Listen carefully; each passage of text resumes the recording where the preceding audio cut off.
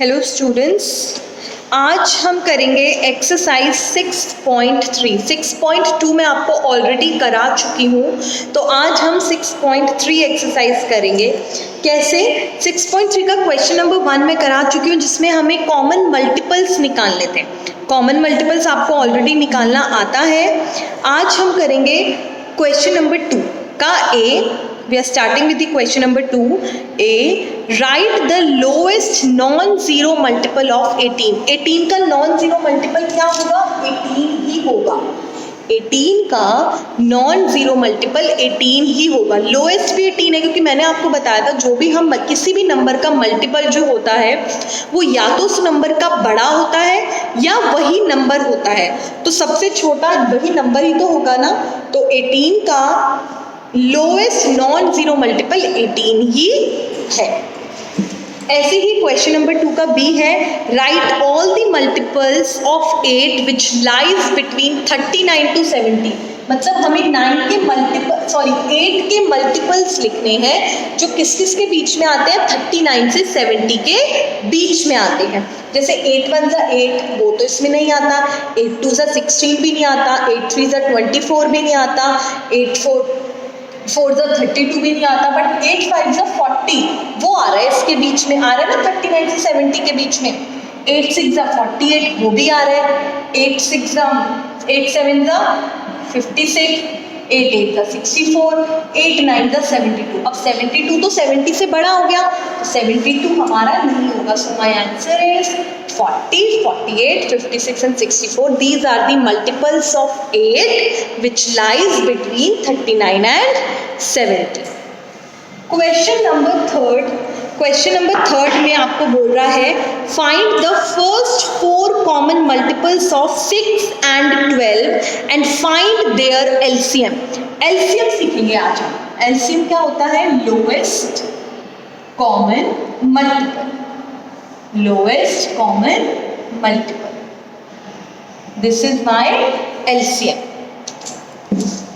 सबसे पहले common multiples निकालते हैं। 6 के कितने पूछे? फर्स्ट 4 कॉमन मल्टीपल्स पूछे, 6 और 12 के। Question number 3, common multiples. चलो सबसे पहले multiples of question number 3, multiples of 6, फिर लिखेंगे मल्टीपल्स ऑफ 12। फर्स्ट 4 कॉमन आने चाहिए, लिख लो।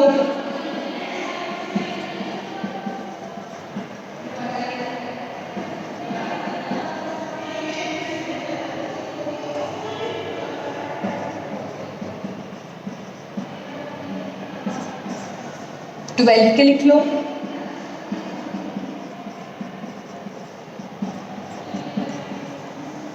चलो कितने मिलने चाहिए? 4 कॉमन मल्टीपल्स। कितने पूछे हमसे? 4 पूछे। तो कॉमन मल्टीपल्स लिखो, common multiples.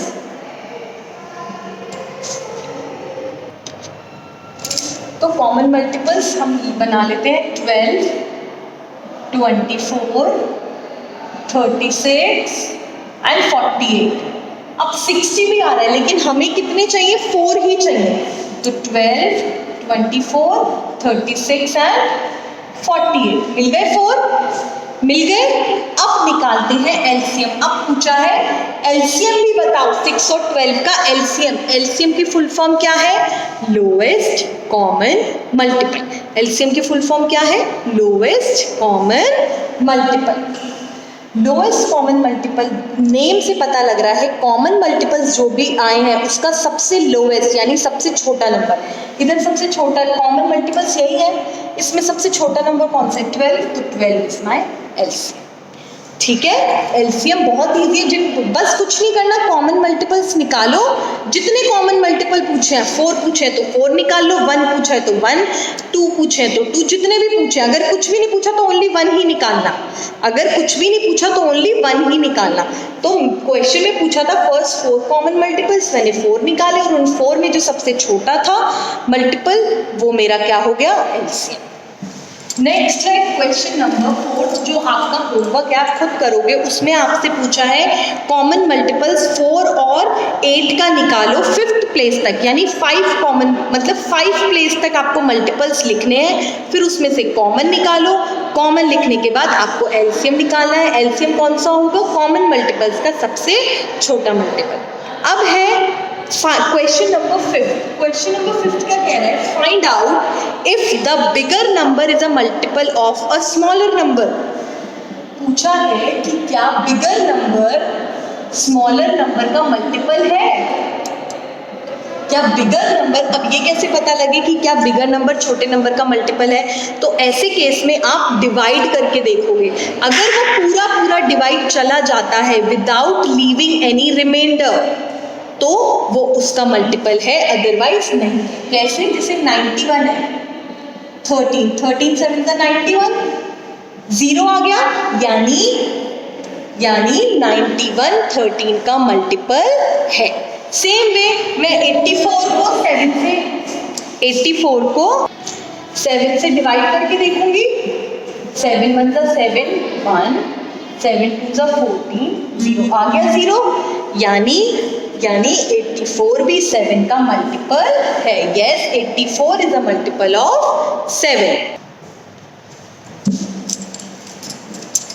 Next question, find the LCM. Question number 6 कह रहा है फाइंड द एलसीएम। एलसीएम निकालना है।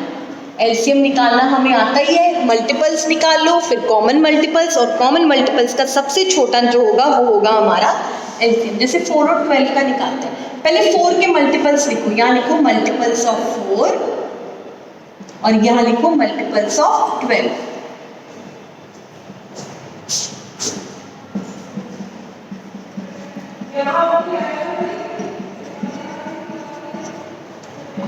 के लिख लो।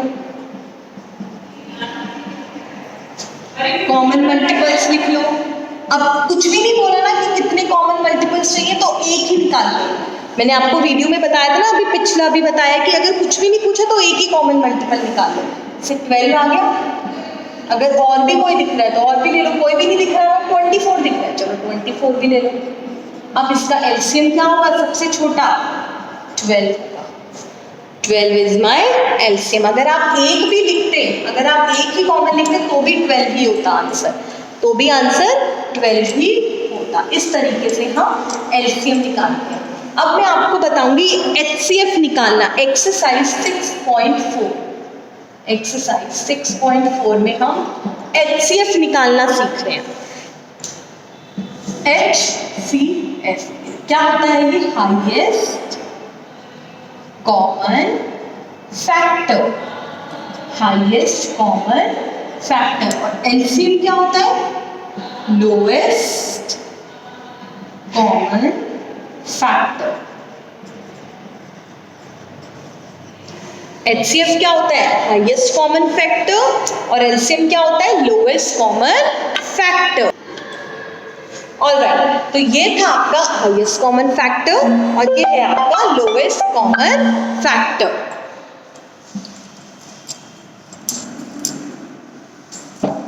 सबसे पहले एचसीएफ निकालने के लिए हम क्या करते हैं? जैसे क्वेश्चन नंबर 1 है एक्सरसाइज 6.4 का, find the factor of 16 and 40 and find their LCM, sorry HCF, find their HCF। सबसे पहले 16 and 40 का, 16 and 40 का फैक्टर्स निकालो और फिर HCF भी निकालो, ठीक है। चलो सबसे पहले यहाँ लिखेंगे फैक्टर्स ऑफ 16 और यहाँ लिखेंगे factors of 40। Factors of 16, 1 into 16 is equal to 16, same way 1 into 40 is equal to 40। अब 2 को मैं 8 से मल्टीप्लाई करूंगी तो 16 आएगा। 3 को किससे मल्टीप्लाई करूंगी मुझे 16 मिल जाएगा। 3 को किससे मल्टीप्लाई करूंगी मुझे 16 मिल जाए, किसी से भी नहीं। 4, yes, 4 4 is 16, 5 नो, 6 नो, 7 के टेबल में भी नहीं आता, 8 2 से 16 होता है, लेकिन यहाँ मैं ऑलरेडी 2 8 से लिख चुकी हूँ तो बाद एक ही है। 9 के टेबल में भी नहीं आता, तो ये मेरे आ गए 16 के फैक्टर्स। अब मैं लिखूंगी फैक्टर्स ऑफ 40, फैक्टर्स ऑफ 40। तो 1 इंटू 40 40, 2 को 20 से मल्टीप्लाई करूंगी 40 आएगा, 3 को किसी से भी मल्टीप्लाई करने पे 40 नहीं आता, 4 को आता है, 4 10 जा 40 होता है ना, 4 10 जा, 5 8 जा 40 होता है ना, 6 को मल्टीप्लाई करने पे नहीं आता, 7 को भी नहीं आता, 8 को आता है, 8 5 जा 40 चाहे 5 8 जा 40, बात एक ही है, बात एक ही है। 9 को भी नहीं आता और 10 का हम लिख चुके हैं। तो कौन कौन से फैक्ट सबसे पहले लिखते हैं, फैक्टर्स ऑफ 16, फैक्टर्स ऑफ 16, फिर लिखेंगे फैक्टर्स ऑफ 40। 1 2 4 8 16, 1 2 4 8 16, और इधर 1 2 4 5 8 10 20 एंड 40, 1 2 4 5 8 10 20 40। ये आ गए मेरे फैक्टर्स 16 के और फैक्टर्स 40 के। किस आ गए फैक्टर? अब फैक्टर्स में यहाँ लिख देती हूँ, चलो कॉमन ही लिख देती हूँ, वो मैंने आपको लिखना सिखा दिया, कॉमन लिख लूँ। 1 है कॉमन, कॉमन लिख लूँ मैं यहाँ पे, कॉमन फैक्टर्स, कॉमन फैक्टर्स कौन से हैं? 1 2 है, बिल्कुल है, 4 है, बिल्कुल है, 8 है, बिल्कुल है, 8 है ना, 16 है, नहीं है, 10 है इसमें, नहीं है, 20 है इसमें, नहीं है, 40 है इसमें, नहीं है। तो कॉमन फैक्टर्स कौन कौन से आए? 1 2 4 8। तो मेरा HCF क्या निकल कर आ गया? HCF क्या होता है? फैक्टर्स का सबसे बड़ा, फैक्टर्स का सबसे बड़ा, नाम से पता लग रहा है, हाईएस्ट कॉमन फैक्टर।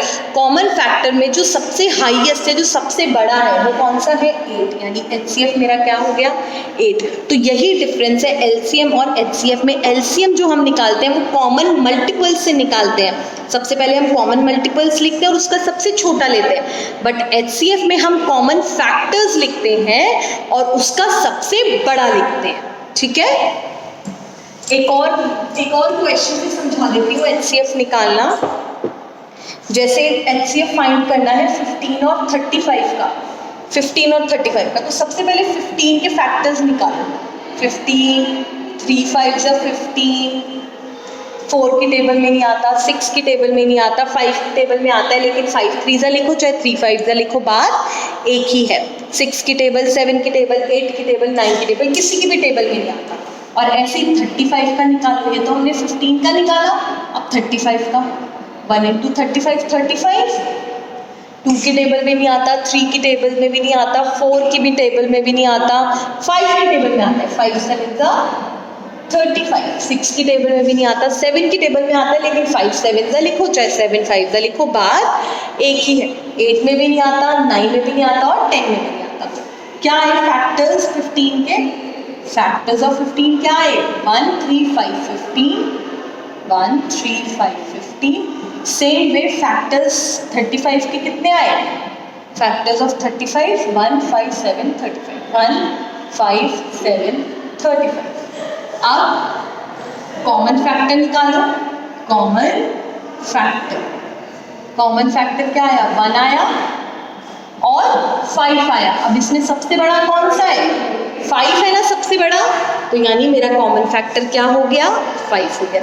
इस तरीके HCF क्या हो गया? 5 हो गया। इस तरीके से हम HCF और LCM को निकालते हैं। बहुत अच्छे से वीडियो देखो, बार बार वीडियो देखो, बार बार एक एक चीज़ जो मैम बोल रही है उस पर ध्यान दो। प्रैक्टिस करोगे तो हो जाएगा। ये चैप्टर ऐसा है कि अगर आपने प्रैक्टिस छोड़ दी तो आपको नहीं आएगी, क्योंकि इसमें बहुत सारी चीज़ें छोटी छोटी जो आपको स्टार्टिंग से ही पता होनी चाहिए। ठीक है, ऑल द बेस्ट।